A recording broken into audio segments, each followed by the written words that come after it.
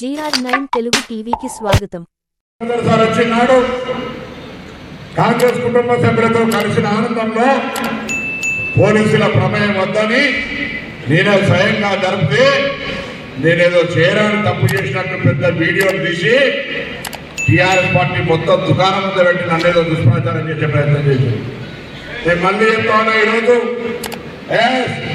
పోలీసుల ప్రమేయం ఉత్తరం లేకుండా నా కుటుంబ సభ్యులుగా కాంగ్రెస్ పార్టీ నాయకత్వాన్ని స్వేచ్ఛగా కలుసుకుని వేదిక మీద ముందుకు పోయి ఇదే సంస్కృతి తప్ప నేను ఆ నాయక విధానం బాగున్నామని కొట్టే విధానం అంతే తప్ప దాన్ని కూడా పాత్రికేయుల సమక్షంలో చూసినారు ఆ రోజు.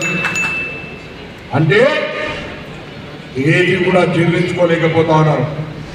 ప్రభుత్వం ఏర్పడ్డ నెల రోజులు తిరగక ముందే ప్రభుత్వం కూలిపోతుంది.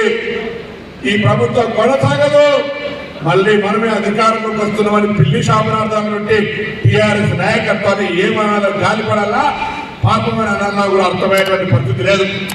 10 సంవత్సరాలు అధికారంలో ఉన్న పార్టీ 4 నెలలు కాకముందే మా ప్రభుత్వాన్ని విపరీతమైనటువంటి శాపనార్థాలు ఉంటాయి. కాంగ్రెస్ ప్రభుత్వం కూలిపోతుంది, ఉండరు, ఈ ప్రభుత్వం ఉండదని చెప్తున్నారు. దమ్ముంటే కాంగ్రెస్ లో ఒకసారి టచ్ చేసి చూడమని చెప్పారు. ప్రజాపాలన కార్యకర్తలతో నేతృత్వానికి వ్యతిరేకంగా ప్రజాస్వామ్యం కావాలని ఎన్నుకోబడ్డ ప్రభుత్వం ఇదే. ఈ ప్రభుత్వాన్ని టచ్ చేసి చూడమని చెప్పినాం. ఊరికే మాటలకే మాట్లాడేటువంటి వీళ్ళు ఇలా వాళ్ళ పార్టీ పార్లమెంట్ అభ్యర్థులు కూడా మేము పోటీ చేయలేము, మాకు ఈ పార్టీ యొక్క అవినీతి పార్టీ, టెలిఫోన్ ట్యాపింగ్ పార్టీ, ఈ లిక్కర్ స్కామ్ పార్టీ, ఈ ల్యాండ్ స్కామ్ పార్టీ మాకు వద్దు అని అభ్యర్థులు విడ్రాయి బాధికి వస్తుంటే మీరు కూడా ఒక్కసారి ఆలోచన చేసుకోండి.